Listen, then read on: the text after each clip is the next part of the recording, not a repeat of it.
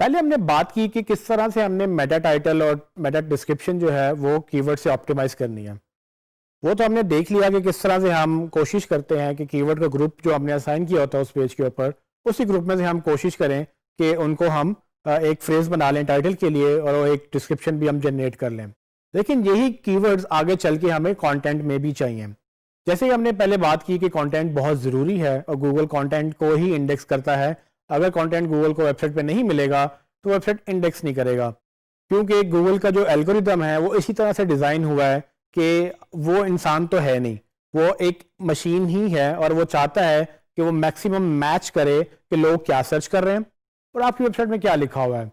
तो ये जो कम्बिनेशन है, ये जो बीच में जो पूरा प्रोसीजर चलता है, यहाँ पर गूगल का एल्गोरिदम या उसका पूरा जो प्रोग्राम है वो काम करता है और वो ये डिसाइड करता है कि अगर यूज़र ने एक चीज़ लिखी है तो उसको मैंने वो रिजल्ट दिखाना है जिसमें वो चीज़ लिखी हुई है। सो इसीलिए हम कंटेंट भी ऑप्टिमाइज करते हैं उसी कीवर्ड के अगेंस्ट जो हमने एक ग्रुप असाइन किया होता है। तो ये आपने याद रखना है कि जो ग्रुप आपने एक पेज को असाइन करना है उसके मेटा टैग्स भी और उसके कंटेंट भी उसी ग्रुप में से ही होने चाहिए। आप ओवरलैप नहीं करेंगे, आप एक ग्रुप को दूसरे पेज पे नहीं लिखेंगे और दूसरे पेज का ग्रुप पहले पेज पे नहीं लेकर आएंगे। मैं एग्जांपल लूंगा उसी मोबाइल फ़ोन स्टोर की, जिसमें हमने मोबाइल फ़ोन्स की पहले कीवर्ड रिसर्च की थी, उसी को हम कंटिन्यू करेंगे और हम ये कोशिश करेंगे ये देखने की कि किस तरह से वो कीवर्ड जो हैं हम कंटेंट के ऊपर ऑप्टिमाइज कर सकते हैं। तो मैंने एक एग्जांपल ली है। फॉर एग्जांपल ये एक कंटेंट की सैंपल है आपके किसी पेज के लिए। सो अगर मैंने मोबाइल फ़ोन प्राइसेस या मोबाइल फ़ोन इन पाकिस्तान के ऊपर पेज बनाना है तो कुछ कंटेंट इस तरह से होगा। इस कंटेंट में आप देख सकते हैं कि एक हेडिंग है और उसके नीचे कंटेंट है।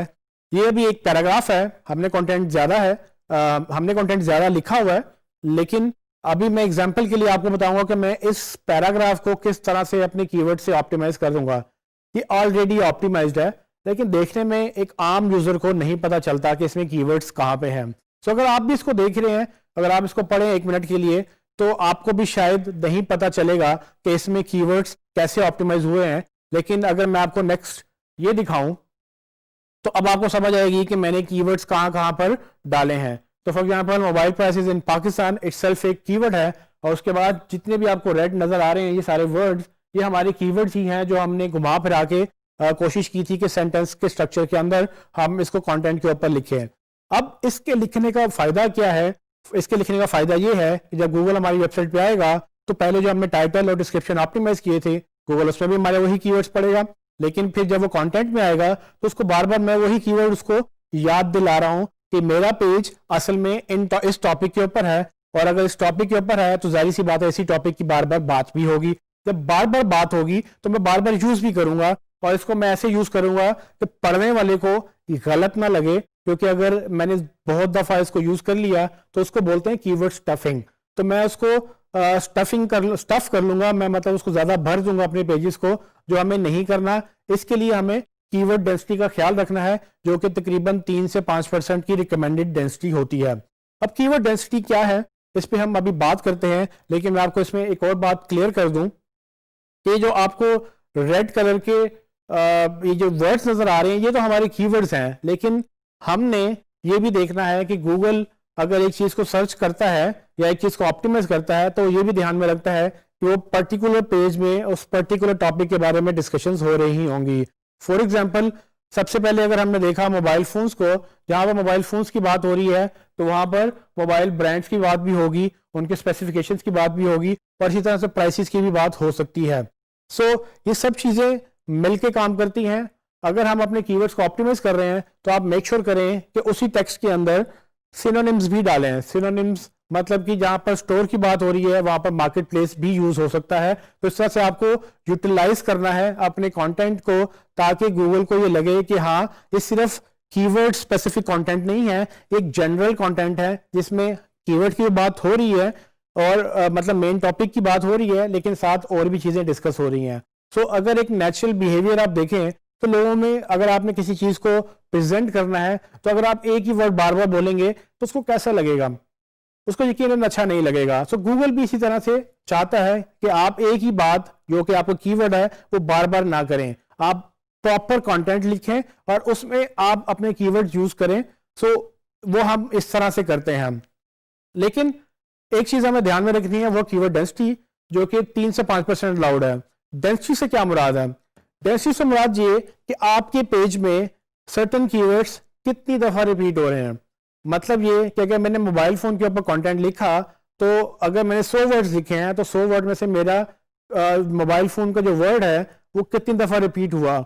अगर वो एक दफा लिखा गया तो 1%, अगर 2 दफा लिखा गया तो 2%। इस तरह से अगर 100 में से मैं कैलकुलेट कर रहा हूं तो वो परसेंटेज उसकी बढ़ती चली जाएगी।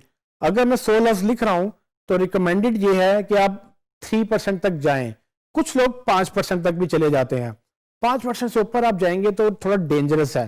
डेंजरस इस तरह से कि गूगल आपको पीनलाइज कर सकता है, आपको पेनल्टी डाल सकता है कि भाई आप कोशिश कर रहे हैं इसको ब्लैकमेल करने की, या आप उसको ब्लैक हैट एसईओ भी बोलते हैं, जिसमें हमने ये जिक्र किया था कि कुछ चीजें गूगल मना करता है। ये उन चीजों में से एक है। गूगल नहीं चाहता कि आप सिर्फ अपने कीवर्ड्स के ऊपर ही कंटेंट लिखें।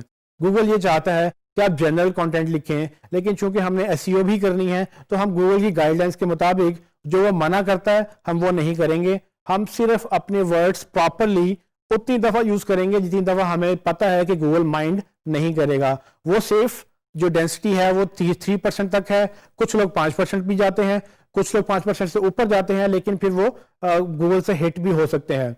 कुछ लोग 1% तक रहते हैं। सो ये आपके ऊपर आपके ऊपर डिपेंड करता है कि आपने क्या लिखना है। सो अगर आपको लगता है कि 1% से आपने ऊपर नहीं जाना तो आप 1% तक रहने दें। अगर आपको लगता है कि 3% तक आपको मसला नहीं है तो आप 3% तक चले जाएं। ये चीजें आपने देखनी है, और अगर आपको लगे कि नुकसान होने लगा है या हो रहा है तो आप उसको फौरन चेंज कर सकते हैं। एनीवेज, ये डेंसिटी पता कैसे करते हैं?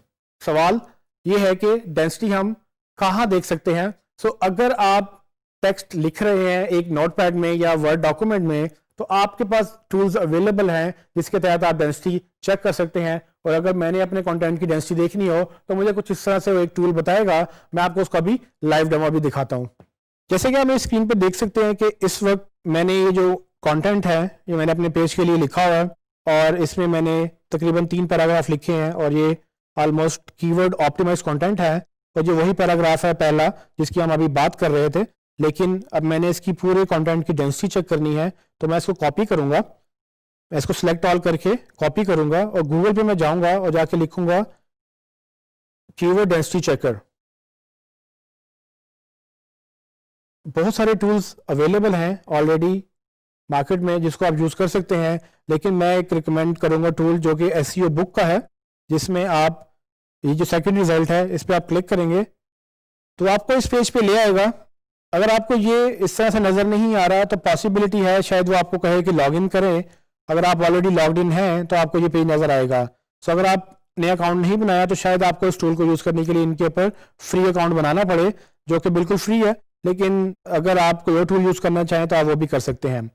एनीवेज, मैं यहाँ पर अपना कंटेंट पेस्ट करूंगा और आप ये देख सकते हैं कि मैंने अपना वो जो कंटेंट लिखा था वो मैंने यहाँ पेस्ट कर दिया है, और ऑलमोस्ट 3 पैराग्राफ्स इसी के अंदर अवेलेबल हैं।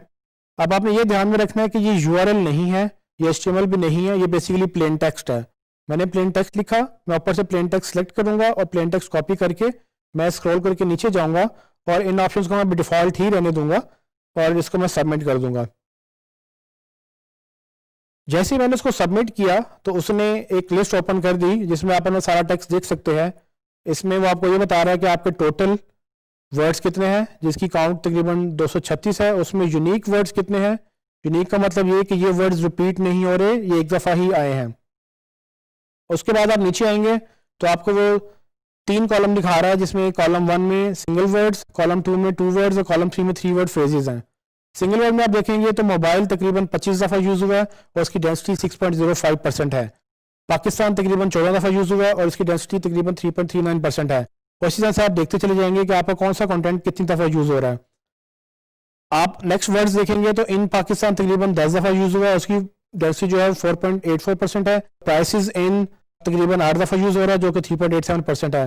सो आप ये देखेंगे कि प्राइसेस इन पाकिस्तान और मोबाइल फोन इन पाकिस्तान असल में ये कॉम्बिनेशन है 2 वर्ड्स का जो कि हमें वो दिखा रहा है। सो इन पाकिस्तान हमें तकरीबन 10 दफ़ा नजर आ रहा है। लेकिन जब आप 3 फ्रेजेस में जाएंगे, 3 वर्ड फ्रेजेस में प्राइसेस इन पाकिस्तान ये वो फ्रेज है जो सबसे ज़्यादा यूज हो रही है, जिसकी काउंट 8 है और तकरीबन उसकी 5.8% डेंसिटी है। आप ये याद रखिएगा कि अगर आप फॉरवर्ड फ्रेजेस में जाएंगे तो प्राइसेस इन पाकिस्तान से पहले मोबाइल लगा हुआ होगा।